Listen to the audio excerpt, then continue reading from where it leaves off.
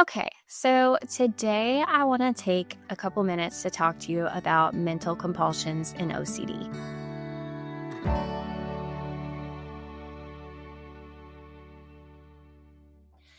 For those of you that don't know me, my name is Mackenzie, and the truth is, mental compulsions are really tricky. Not that physical ones aren't either, but the only person that's there to hold us accountable is ourselves. I love this article in the NOCD library section of our website. If you have never gone over there before, it is an amazing resource. I mean, there is an article written on anything or everything you could think of OCD related. And it is an amazing opportunity to learn and to educate ourselves and our loved ones on what OCD can and does look like. This is going to go over some common mental compulsions. It's not necessarily all of them. It's just some of the most common ones. All right. And I love this article for a lot of reasons. We'll chat about it when we get there. So one of the first and probably the most known is rumination. It says rumination is probably the mental compulsion that people identify with the most. It's purposeful thinking directed at a perceived problem or negative material. It can focus on past or present content and brings about emotional distress. Why is this important?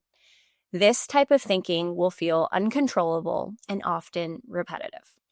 Been there? I have. When people are compulsively ruminating, they may genuinely think that they're just trying to solve a problem or that they're actually doing something, like actively doing something. There's a difference, though, and this is really important. This is something that I talk about a lot. There's a difference in problem solving and rumination. And with problem solving, like this article will talk about, there is an intended goal that we are trying to reach. What is that intended goal? There's a decision in a specific matter, right?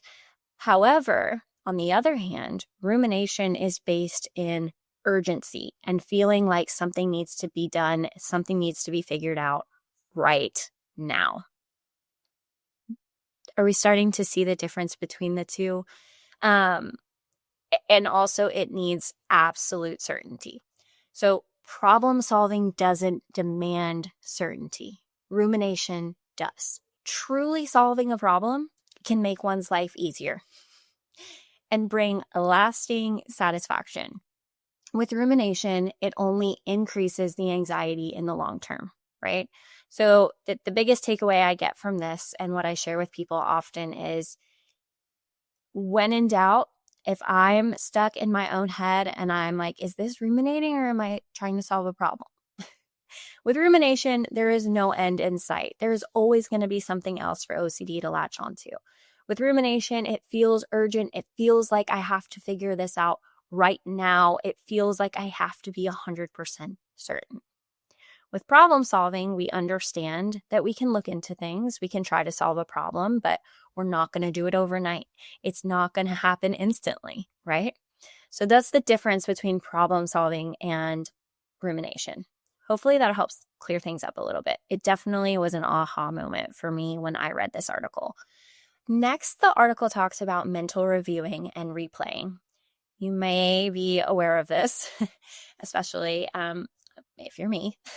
So mental reviewing and replaying of conversations, encounters, situations is a really common form of a mental compulsion. Let's talk about this. Again, certainty drives this. It talks about how we try to feel certain about what did or didn't take place. Walking through the steps you took, trying to recall where exactly you were when something happened, where your hands may have been placed, what you were looking at, and so many other things that relate to obsessions. This process involves an attempt to disprove fear and doubt.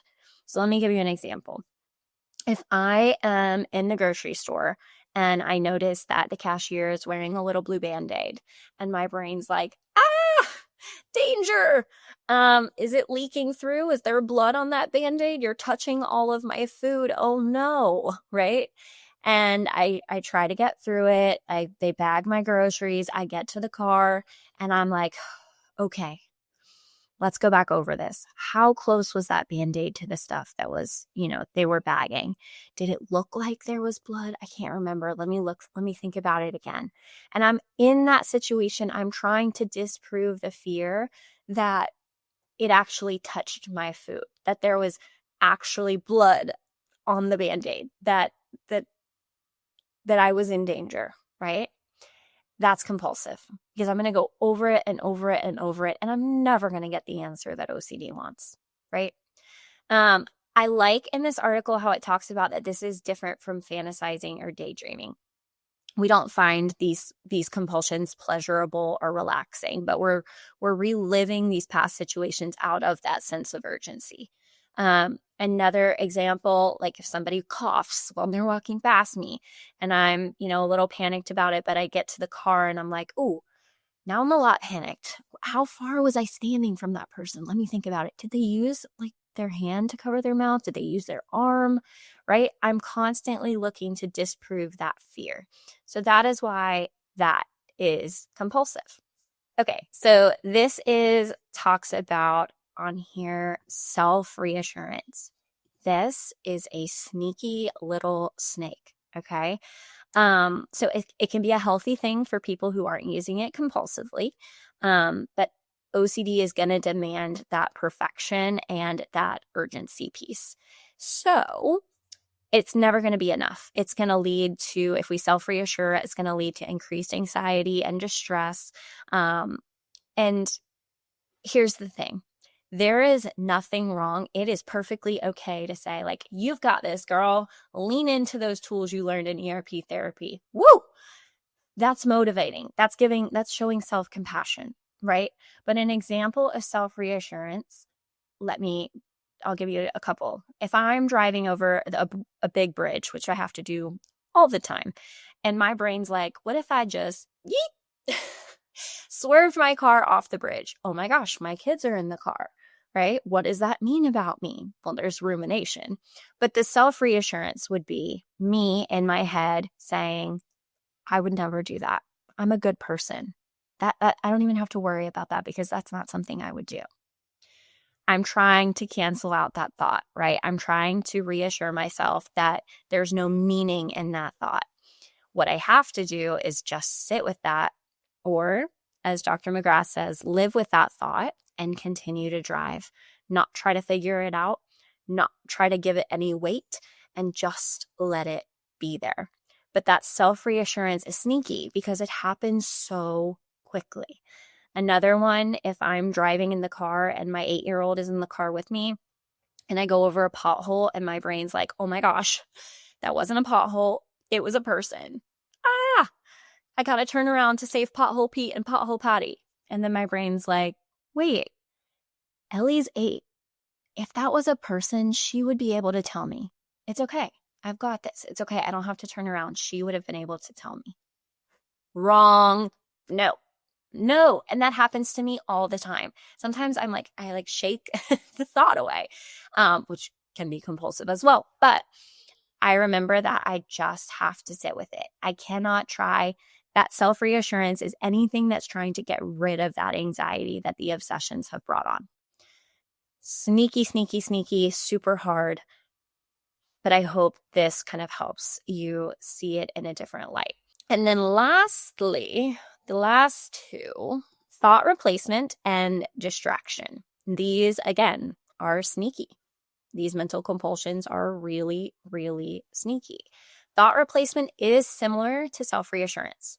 We're trying to replace a negative thought with a positive one. So what comes to mind for me when I was a kid, I used to, if I ever had a bad thought or, thought like I felt something bad, I had a saying that I would repeat 3 times because my OCD loves, to this day, the number 3. So I would say, anything bad I said or think I don't mean. And I would say this in my head, and I would make sure to say it 3 times.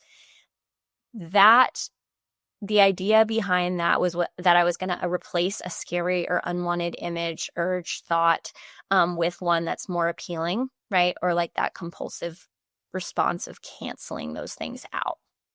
So we know in reality, avoiding the discomfort doesn't help. It actually strengthens that thought. So living with that thought that I may or may not have had. Oh, maybe it'll come true. Maybe it won't. I don't know. I'm just going to have to sit with it. That would be unfortunate. All right. Moving on, instead of trying to replace it or cancel it out. Lastly, and this one is a pain in my butt, distraction. There's a time where it is perfectly acceptable and okay to sit on the couch and turn on Netflix and binge watch it until it says, "Hey, are you still there?" Which is really annoying. Like, yes, I'm here. Let me watch my show in peace. Yeah, it's been 5 hours, but oh well. That's perfectly acceptable. It's also perfectly acceptable to sit down and read a book from cover to cover. I've done that many of times. However, the caveat is, what is the intention in doing those things? Am I sitting down to watch a show or sitting down to read a book cover to cover because I have had a long day? I have 2 kids. I'm just tired and I want some me time. Or am I sitting down to watch a show until it asks me if I'm still there, or reading a book from cover to cover because my brain is so loud, because I want to drown out the noise, because I want to get away from the anxiety that the obsessions have brought on, because I'm trying to avoid the uncomfortable and the uncertain, because then that's compulsive, right? So that leads me to kind of like a closing piece, which is asking yourself the intention behind things has been really important for me.